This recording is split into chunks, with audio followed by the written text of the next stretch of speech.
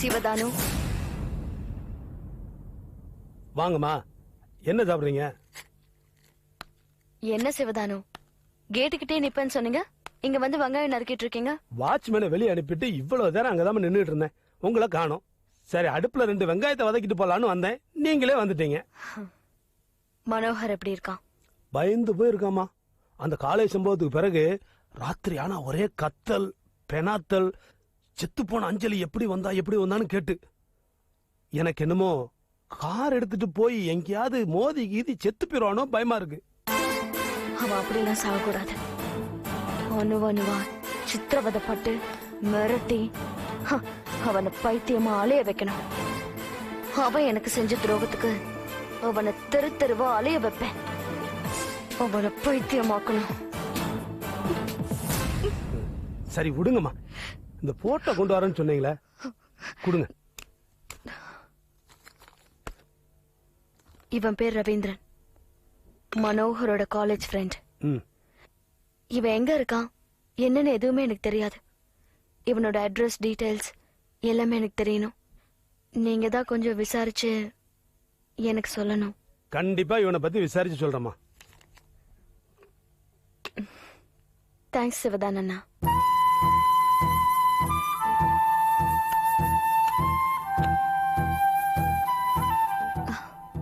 சாக போன என்ன ரங்கநாயகி அம்மா காப்பாத்தி 30 நாள் எனக்காக என் கூடவே இருன்னு சொன்னாங்க. அவங்க கூட இருக்கும் போதுதான் மனோகரை மறுபடியும் நான் பார்த்தேன். அவனை பார்த்தது ரொம்ப பயந்துட்டேன். ஆனா அவனை மிரட்டுறதுக்காக நீங்க எனக்கு உதவி பண்ணுவீங்கன்னு நான் எதிர்பார்க்கவே இல்லை. நான் தான் பாத்துருக்கேனம்மா, அவனோளால உங்க குடும்பம் எப்படி சீரழிஞ்சிச்சுன்னு. அவனோட சும்மா விடக்கூடாதுமா. அழகான குருவி கூடு மாதிரி இருந்த உங்க குடும்பத்தை செதைச்சு சின்ன பின்னமாக்கிட்டானுங்க, படுபாவிங்க. உங்க தங்கச்சி எப்படிமா இருக்காங்க? செத்துட்டா. என்னால அவ செத்துட்டா. என் தங்கச்சி சாவுக்கு நான் தான் காரணம். அவ செத்துட்டா. அழாதீங்கம்மா, அழாதீங்க. ஆண்டவன் இருக்கான். இனிமேல் உங்களுக்கு எல்லாமே நல்ல நேரம் தான்மா. அம்மா, அந்த போட்டோவை பாருங்க. அதான் மனோகரோட அம்மாமா. இவங்க எனக்கு என் குடும்பத்துக்கும் எவ்வளவோ உதவி பண்ணிருக்காங்கம்மா. அதெல்லாம் மறந்துட்டு நான் உங்களுக்கு உதவி பண்றேன்னா நீங்க பட்ட கஷ்டத்தை நான் நேர்ல பார்த்தேனாலதாம்மா. அவங்களுக்கு நல்ல சாவு இல்லம்மா. மனோகர் அப்பா அடிச்ச கொட்டத்திலயும் மனோகர் பண்ண பிரச்சனையிலயும் அவங்க தூக்குல தூங்கிட்டாங்கம்மா. நான் ஒவ்வொரு முறையும் உங்களுக்கு உதவி பண்ண வரும்போது அதுக்கு முன்னாடி இந்த அம்மாட்ட வந்து என்ன மன்னிச்சிருங்கம்மா, நான் உங்க பிள்ளைக்கு துரோகம் பண்ண போறேன்னு சொல்லி வேண்டிக்கிட்டு தான் வருவேன். அவங்க என்ன மன்னிச்சிருவாங்கம்மா, நீங்க கவலைப்படாதீங்க. கூடிய சீக்கிரமே மனோகரை பைத்தியம் ஆக்கிடலாம். எதை பத்தியும் கவலைப்படாம நீங்க கிளம்புங்கம்மா. வர சிவதானண்ணா, அந்த போட்டோ ஞாபகமா? அவன் பேரு ரவீந்திரன். அவன் எங்க இருக்கான் என்னன்னு விசாரிச்சு எனக்கு சொல்லுங்க. கண்டிப்பாமா, இவனை பத்தி டீட்டெயில் விசாரிச்சு உங்கள்ட்ட வந்து சொல்றேன். நீங்க கிளம்புங்க. வரேன்.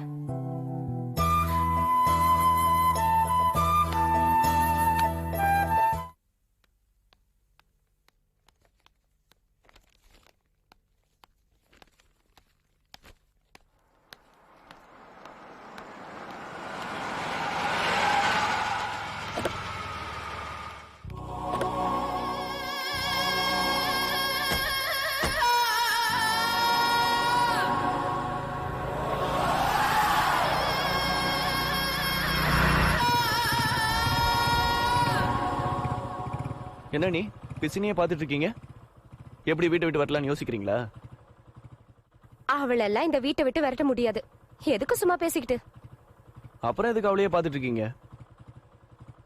ஒண்ணும் இல்ல, இந்த வீட்டுக்கு நர்ஸா வந்தா, அப்புறம் ஃபேக்டரியில கவர் எண்ணிட்டு இருந்தா, அதுக்கப்புறம் ஆபீஸ்ல அட்டெண்டர் மாதிரி ஃபைல தூக்கிட்டு இங்கேயும் அங்கேயும் திரிஞ்சுக்கிட்டு இருந்தா, அப்புறம் கம்ப்யூட்டர் நோண்டிட்டு இருந்தா, இப்ப என்னடானா கம்பெனியோட அட்வைசர்.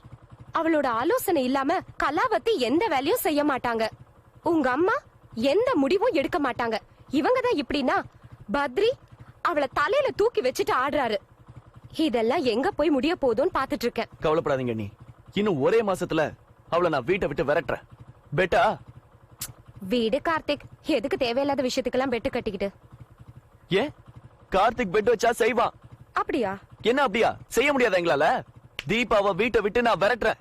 எவ்வளவு அமௌண்ட் பெட்டு வைங்க? தீபாவை வீட்டு விட்டு விரட்டுறது பெரிய விஷயம். நான் ஒரு சின்ன விஷயம் சொல்றேன், சரியா? என்ன? தாத்தா ரூம்ல ஒரு மர பீரோ இருக்கு, தெரியுமா? ஆ, ஆமா. அதுல நிறைய நகை இருக்கு கார்த்திக். நகையா? ஆமா, அதெல்லாம் பாட்டியோட நகையா. பாட்டி உனக்கு கல்யாணம் ஆனதுக்கு அப்புறம் உனக்கு பாதி எங்களுக்கு பாதின்னு கொடுக்க சொல்லிருக்காங்களாம். நீ அந்த நகைய தாத்தாக்கு தெரியாம எடுத்துட்டு வந்து கொடுப்பியா? திருட சொல்றீங்களா? ஐயோ, நான் எங்க திருட சொன்னேன்? பெட்டு அதெல்லாம் நமக்கு வர வேண்டிய நகை தானே. நீ எடுத்துட்டு வந்து கொடுத்தா நாம திருப்பி தாத்தா கிட்ட கொண்டு போய் கொடுத்துடலாம். என்ன, ஓகேவா? ஓகே. எவ்வளவு அமௌண்ட் பெட்டு? 5000. எடுத்து வைங்க, இன்னைக்கே முடிக்கிறேன். கார்த்திக், இன்னைக்கே வேண்டாம். தாத்தா பீரோ பக்கத்துல பூதம் மாதிரி இருப்பாரு. தாத்தா அசர்ற நேரமா பார்த்து சுட்டுட்டு வந்துரு, ஓகே? 5000 பெட். அமௌண்ட் எடுத்து வைங்க, நகை பெட்டியோட வரேன்.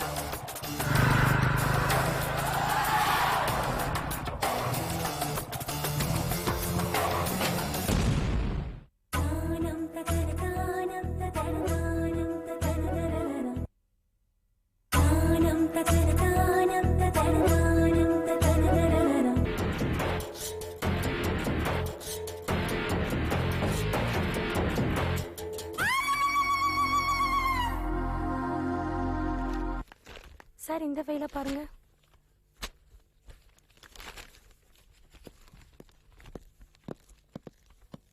ஐயா வணக்கம்.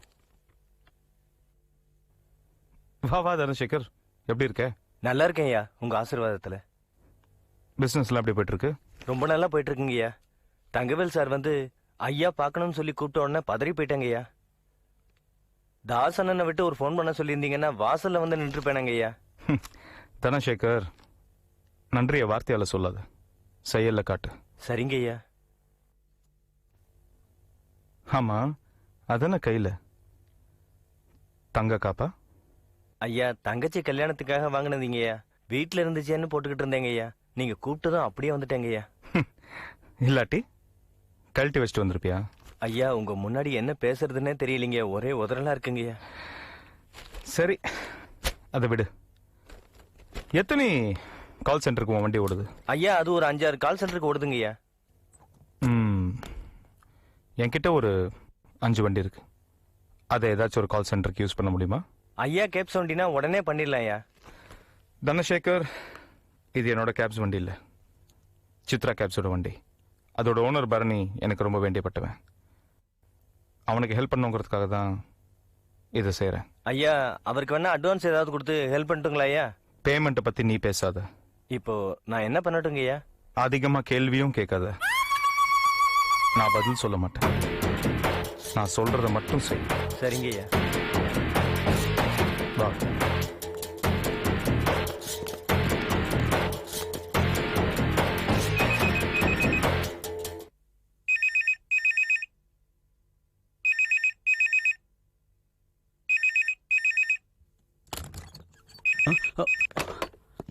வாங்க சொல்லி சார், வாங்க உட்காருங்க.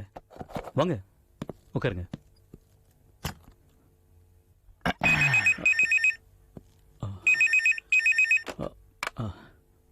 சொல்லுங்க சார். என்ன பரணி சார், ஃபோன் அடிச்சுட்டே இருக்கு, எடுத்து கீழே வச்சிட்டீங்க? அது ஒன்றும் இல்லை சார், சம் ராங் கால். கடங்காரங்களா? இல்லை சார், அப்படிலாம் எதுவும் இல்லை. என்ன சாப்பிட்றீங்க? இல்ல இல்ல, கூல் ட்ரிங்க்ஸ். பரவாயில்ல, அதெல்லாம் ஒன்றும் வேண்டாம்.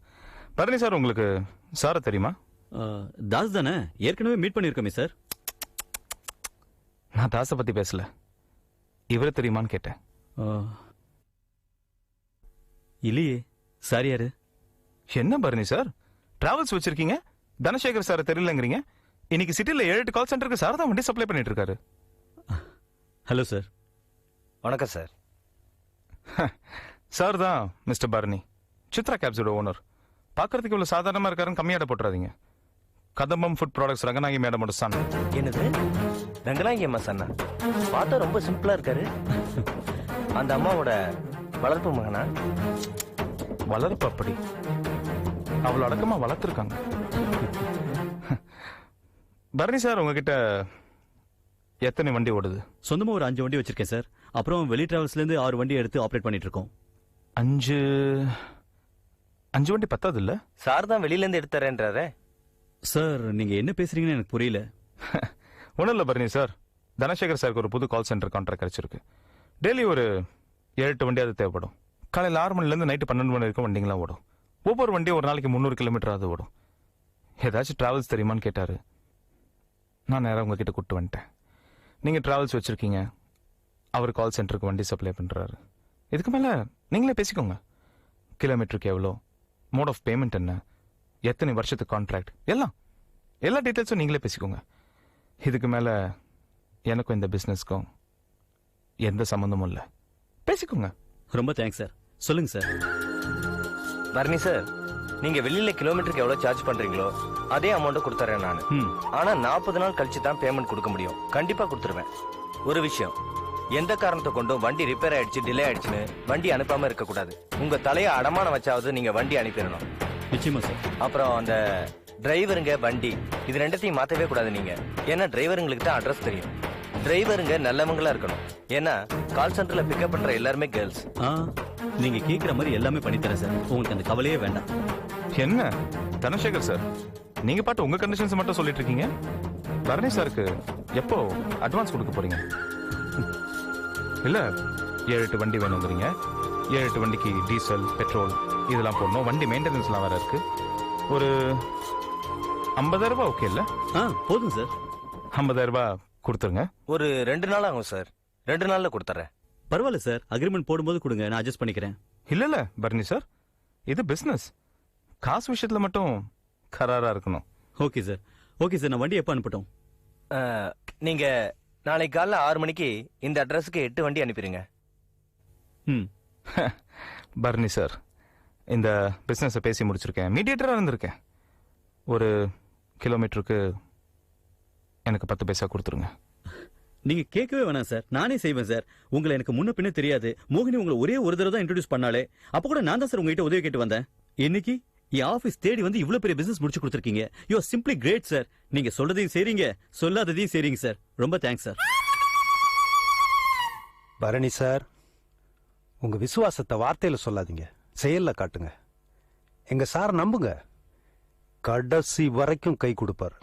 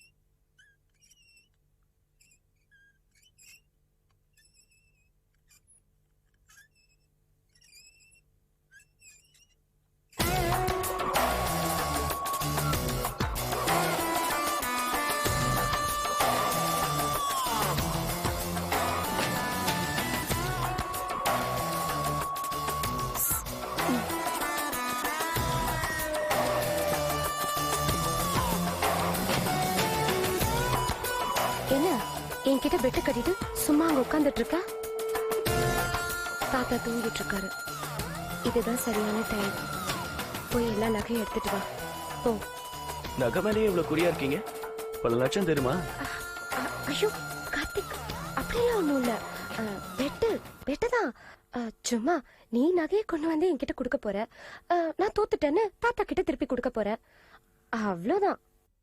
இதெல்லாம் உன்னால முடியாது. என்னால முடியும். கார்த்திக் கொண்டு வரான் பாருங்க.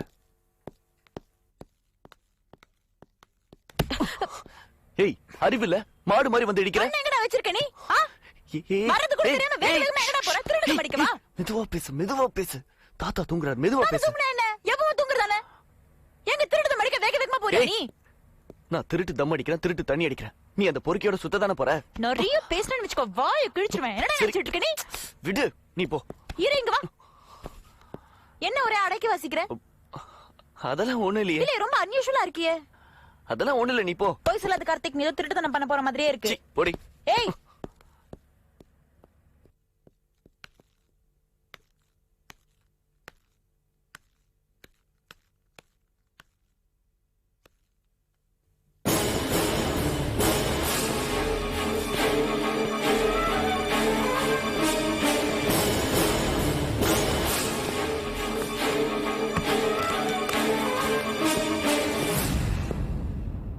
வா.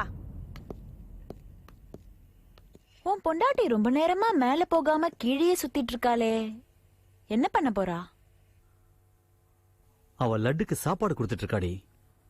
ஓ, பரணி, ம் புயல் அடிக்க போற மாதிரி ஒரு கிளைமேட்டிக் கண்டிஷன் ஃபார்ம் ஆயிருக்கு. புயல் அடிச்சுதுன்னு வச்சுக்கோ, ஏன் பரணி, முதல் விக்கெட் நீதான். பத்ரம். போ போ போ.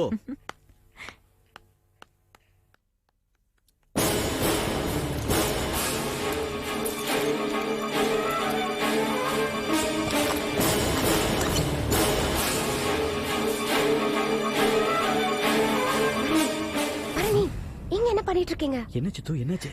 நான் கார்த்திகா நகை எடுத்துட்டு வர சொல்லி அனுப்பிச்சிருக்கேன். வாங்க, நீங்க இங்க நிக்காதீங்க.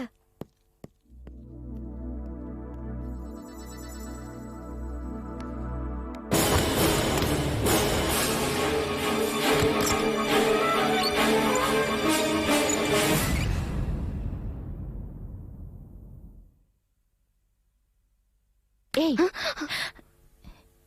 என்ன அங்க பாத்துட்டு இருக்க?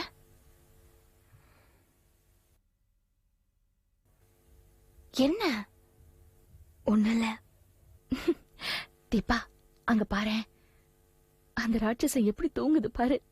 ஏய், உனக்கு ஒரு விஷயம் தெரியுமா? ஒரு நாளைக்கு 2 மணி நேரம் தான் அதோட தூக்கமே. மத்த நேரம் எல்லாம் கண்ணை கொட்ட கொட்ட முடிச்சு பாத்துக்கிட்டே இருக்கும்.